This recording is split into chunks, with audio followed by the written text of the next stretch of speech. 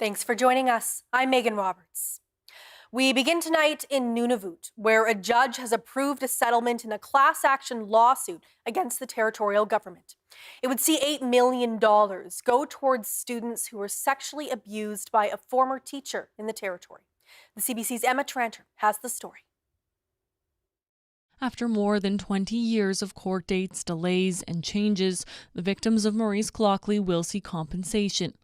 Clockley sexually abused children in several Nunavut communities between 1969 and 1981.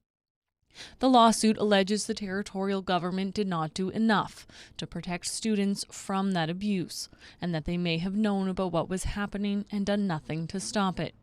Yesterday, Justice Susan Cooper signed off on the settlement, which would see $8 million go to Clockley's victims. Clockley served 3 years of a 10-year sentence when he pleaded guilty mid-trial in 1996 to 9 charges of abusing children. Compensation will range from $25,000 to $200,000 based on plaintiffs' injuries. Some of the cases plaintiffs have since passed away. There were at least 50 members of the class action, according to lawyers for the plaintiffs. Emma Tranter, CBC News, Iqaluit. The Yukon Party is sounding the alarm over the state of protective gear for volunteer firefighters. According to the Association of Yukon Fire Chiefs, about 80% of volunteers are using expired gear, and the official opposition says that shouldn't be happening. Joseph Ho has more from the Yukon Legislative Assembly. Yukon's volunteer firefighters are working with old gear, and the Yukon Party's Brad Cather says that is not acceptable. He says people have holes in their boots or other damage in their gear, and he says many volunteers are putting themselves at risk willingly to answer calls. My concern is about the health of those volunteers. I don't want to see any one of our volunteer firefighters in a situation where they are responding in damaged or expired equipment, trying to serve their community and their neighbors, and end up with any health problems as a result of that. That is not a choice they should be being forced to make. The Minister of Community Services, Richard Mostyn, says he is aware of the issue, and he says he doesn't want anybody getting hurt either. He says 2/3 of the equipment requested by the fire service is on the way. The rest, he says, will be tendered soon. We don't want anybody using stuff that would be dangerous to them, but there's stuff that is still they've been using for 10 years, and if they wait another 2 weeks or a month or whatever, it's not the end of the world as far as WCB is concerned. That's my understanding, right? So that's the state of play. NDP leader Kate White, she is glad to hear that there is new equipment coming, but she says this issue should have been addressed sooner. I appreciate that he said 2/3 of the equipment that has been requested is on its way, but the reality is we were talking about this last year. Like, this isn't a new issue. Mostyn says officials are still checking over to see what gear is still usable. Joseph Ho, CBC News, Whitehorse. It's been a big week so far in Nunavut's Legislative Assembly. Nunavut MLAs have voted to provide more financial support to post-secondary students, particularly Inuit students. Support could look like grants, interest-free loans, and program completion incentives. Nunavut's Minister of Education says it's an important step towards ensuring educational success. It aims to meet the diverse needs of Nunavut's post-secondary students, remove barriers to their studies, and boost their success. Beyond money, the Act includes non-financial support like tutoring services. There's also fresh concerns from MLAs about when the Kivalliq region's long-term care center will open to patients. Construction was completed in January, but it still hasn't opened.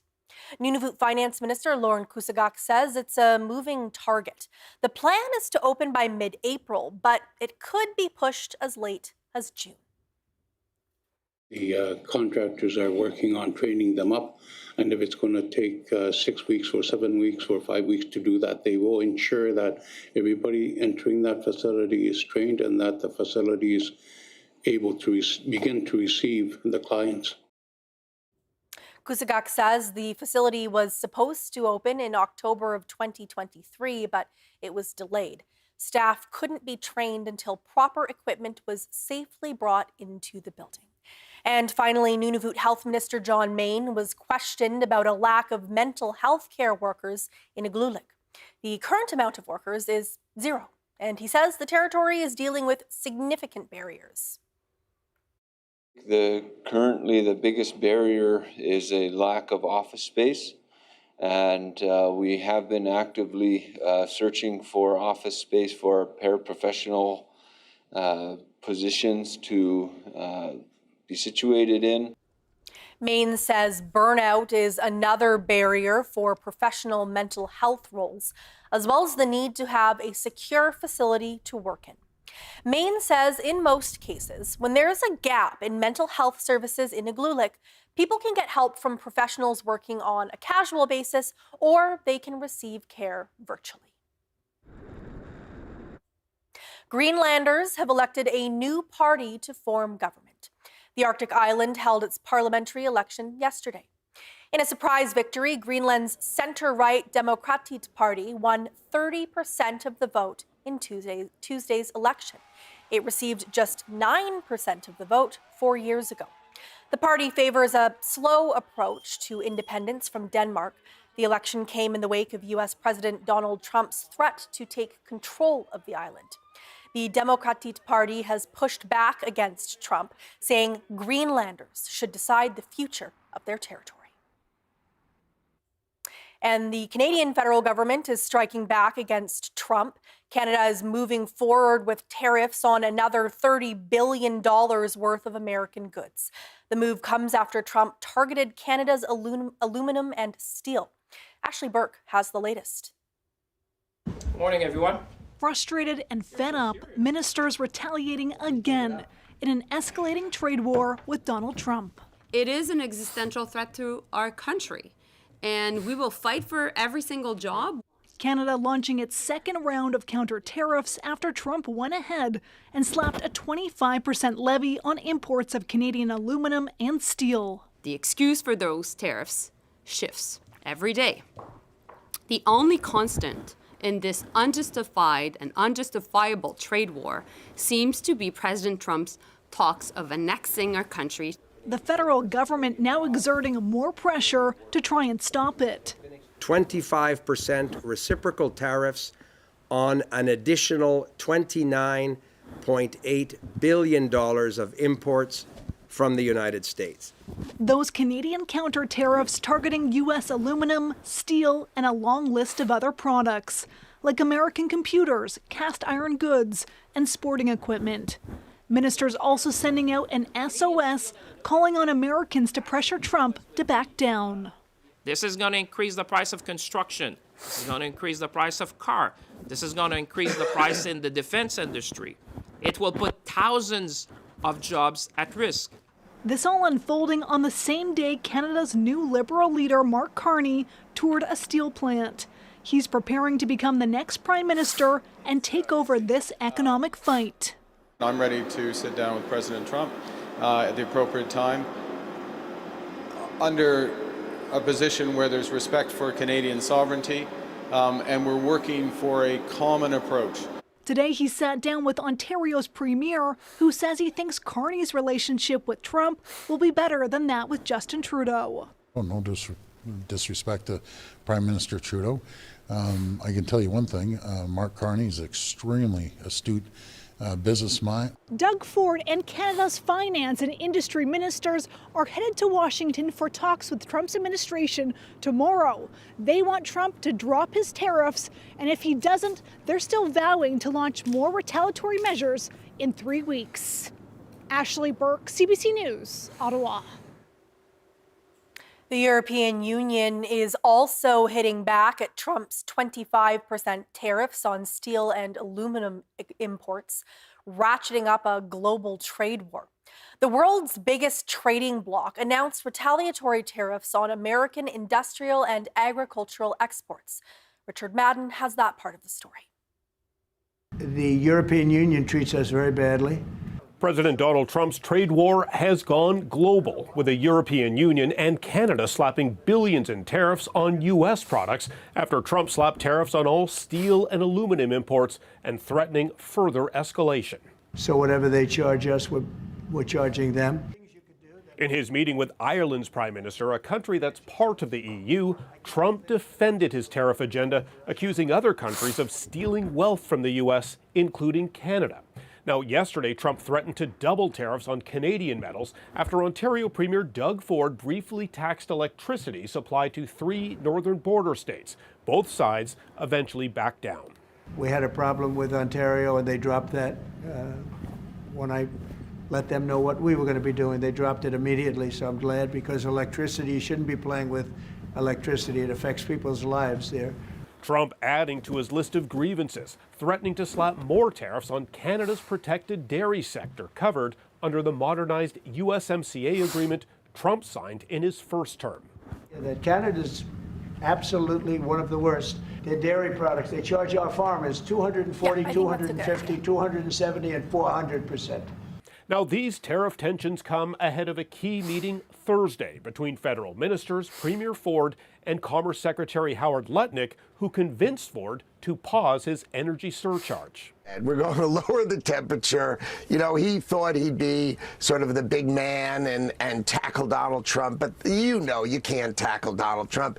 Now, the Canadian delegations are looking for a win, or at least some assurances in that meeting, as the White House insists its tariffs on all Canadian imports they agreed to pause for a month to negotiate are set to be lifted in April. Richard Madden, CBC News, Washington. CBC News has learned that Mark Carney will be sworn in as Prime Minister on Friday. Carney had indicated that the transition would be quick. He'll be sworn in with his new cabinet at Rideau Hall. It's widely expected that an election will be called before the March 24th date set for Parliament to return.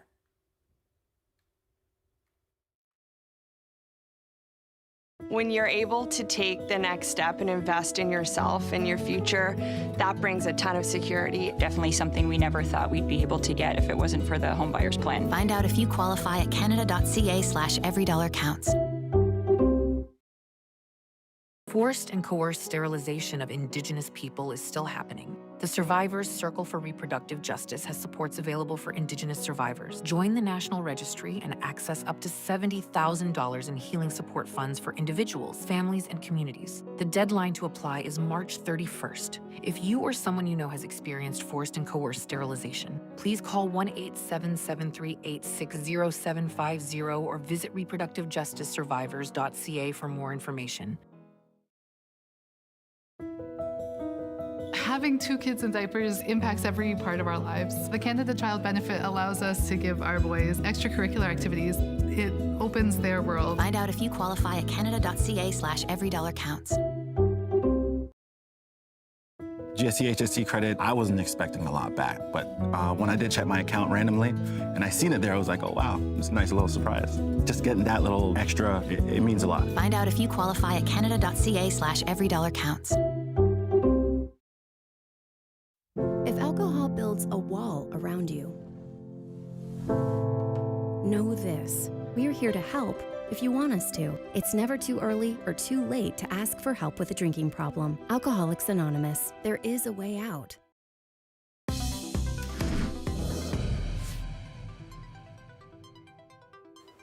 A Yukon community has lost its only gathering place to a fire. The community center in Tagish, Yukon was destroyed by flames. The building also housed the library and acted as the social center of the community. Virginie Ann has the details from Tagish. It's the only social gathering place in Tagish. There's no restaurants here or bars or Like it was the hub. The hub is no longer. Peter Bohak was one of the Tagish residents who drove by the community center Wednesday, only to see that almost nothing is left of the building. The center was already fully engulfed when fire crews arrived early morning, and most of it had collapsed. It's a complete loss, yes. Got 28 firefighters from 5 different fire departments working on this fire. Lister says it could take another full day before the fire is fully extinguished. Meanwhile, the small community is left without any place to gather, to host events, as well as without any library services. It's a major fire. Any structure fire that happens is a major fire, and this is a larger building. And I think the significance for the community is quite devastating. The loss is so devastating that 2 different motions were introduced at the Yukon Legislative Assembly shortly after the fire. One by the region's MLA John Stryker and the other by NDP leader Kate White. Both motions recognize the urgency to restore the center and services. Every year there's seniors Christmas dinner and that sort of thing. That was an annual tradition. We used to have coffee and chat on Wednesdays, so that's gone. It's sad, but in a way, it was kind of reaching the end of its lifespan. It's still unclear what caused the fire. An official with the investigation unit of the Whitehorse Fire Department was at the scene earlier. He said so far there's no evidence of crime or anything suspicious. The investigation is ongoing. More information is expected to be released about the cause later this week. Virginie Anne, CBC News, Tagish. Nunavut's Department of Finance has raised taxes on tobacco. It says it's part of a broader effort to reduce tobacco consumption. The new rates went into effect just after midnight. Cigarettes, once taxed at 30 cents per stick, are now taxed at 40 cents. Tax on smoked or pipe tobacco is up from 40 cents to 53 cents. And tax on non-smoked tobacco is up from 30 cents to 45 cents. The GN says the changes aren't intended as a complete solution, but have been shown to be effective in reducing tobacco consumption, especially in youth. There's another delay for the Tulsan Hydro Plant in the Northwest Territories. The Northwest Territories Power Corporation announced yesterday that a vibration in the hydro unit at the Tulsan plant is causing concern. It's now working on multiple solutions to fix the issue. The Tulsan Hydro Plant was initially scheduled to be back online early last month. A fault on the transmission line in early February caused an initial setback in the schedule. The recent issue will delay the process to the end of the month. A spokesperson for the NTPC says this is a crucial phase of the project and it must be done properly. Commissioning is always, one step forward and a step to the side. So there's specific steps that happen when you're commissioning a unit like this. But in commissioning, the point of having these steps is that you want to do checks along the way to make sure that the final unit that you get, or the operation of the unit in the end, is good and will last us for the next 50 to 60 years. So it's not unexpected that we would have to stop, do some checks, fix some things, and then come back into it. Whitford says a progress update should be available by the end of the week. She says a full-scale commissioning will not resume until the vibration is resolved. That is expected to be complete by the end of March. She says the hydro plant should be operational by the end of April. An experienced hunter in Rankin Inlet, Nunavut, is lucky to be alive. His snowmobile went through the ice about 20 kilometers outside of town. Jackie Nakulak headed out on the land last week after whiteout conditions had cleared. It was already dark when Nakulak came upon Meliadine Lake, and then things went wrong. Nakulak and his snowmobile went through the slushy ice and into the lake. A young hunter named Nathan Tulagak happened to be nearby and came to the rescue. When I got into the slush and ice, I fell right away. And when Nathan came, he pulled me up and put me onto his komitik, and we sped back to Rankin Inlet. I didn't think I was going to make it because I was soaked, and I wouldn't have if it wasn't for Nathan.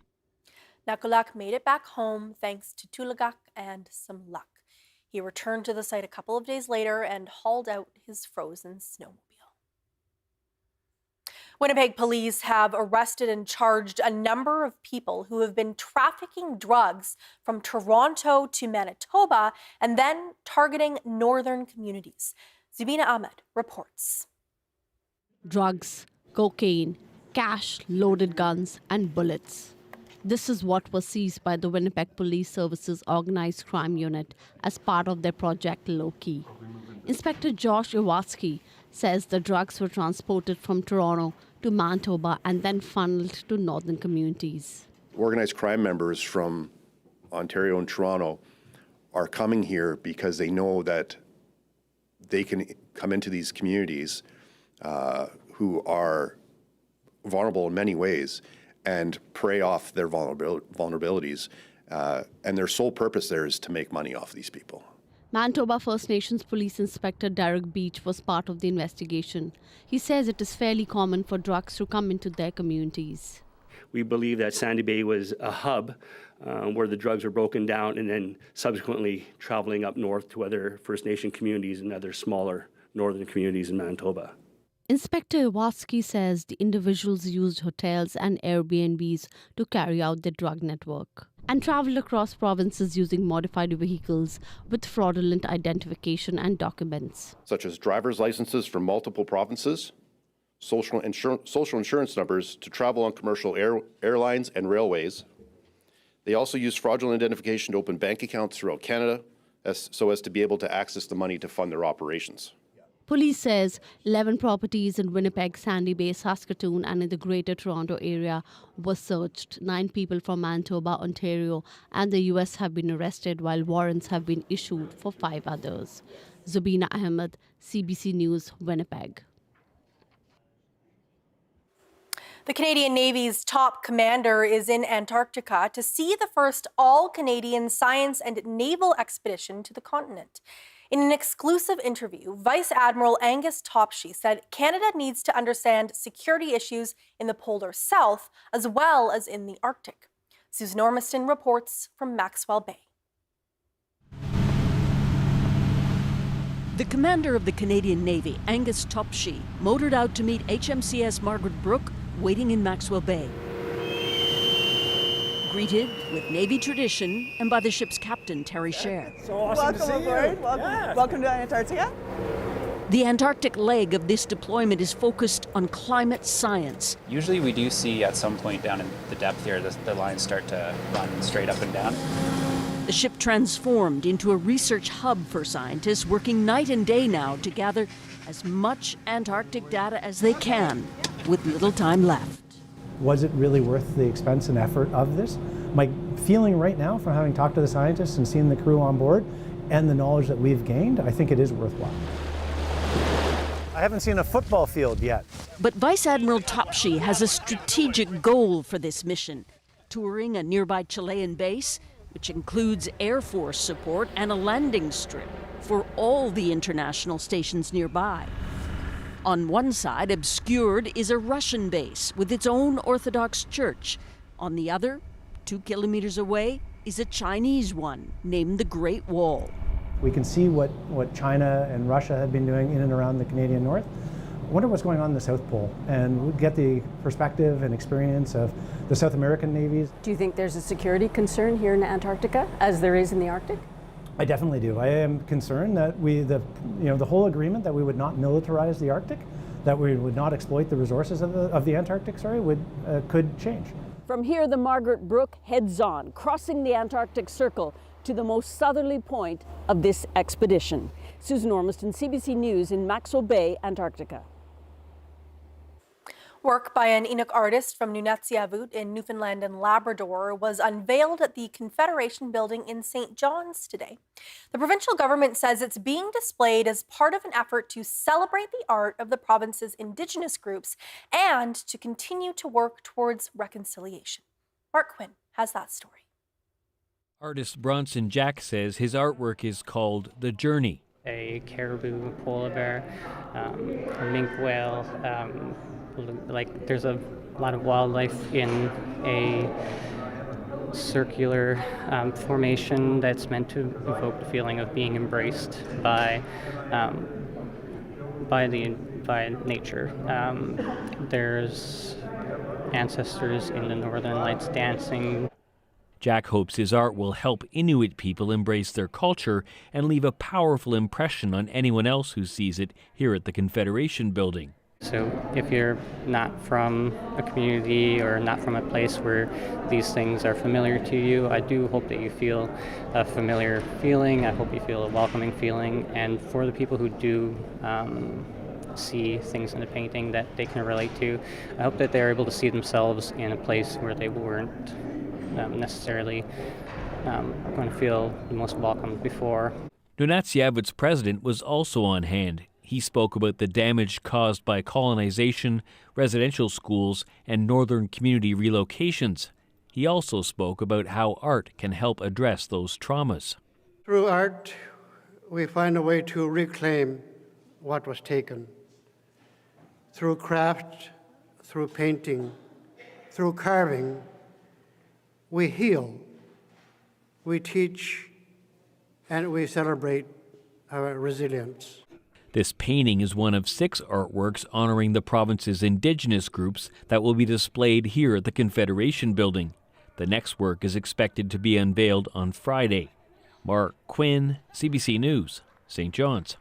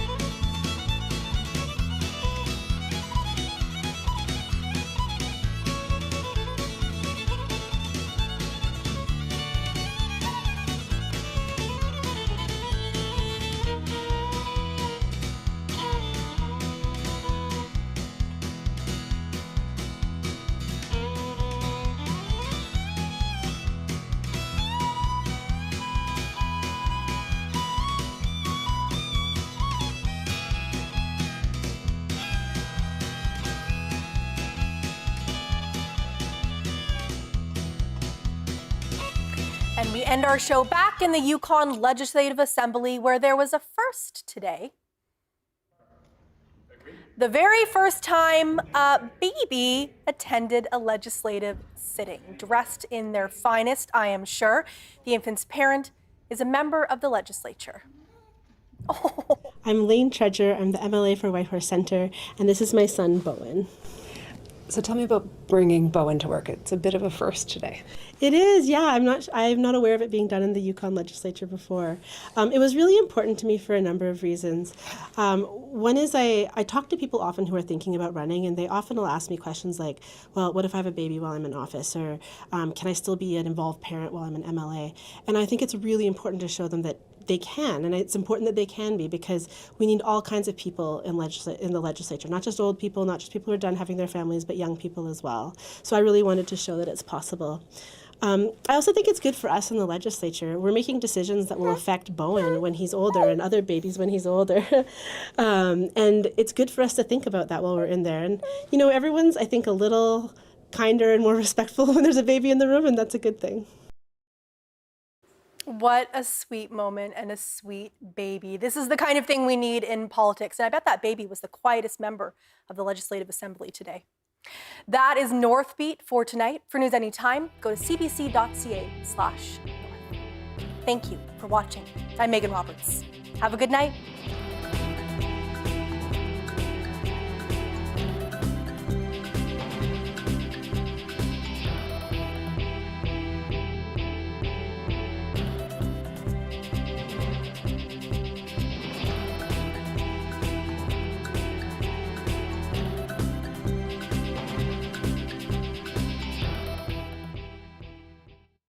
Earth is our collective home that makes us all family.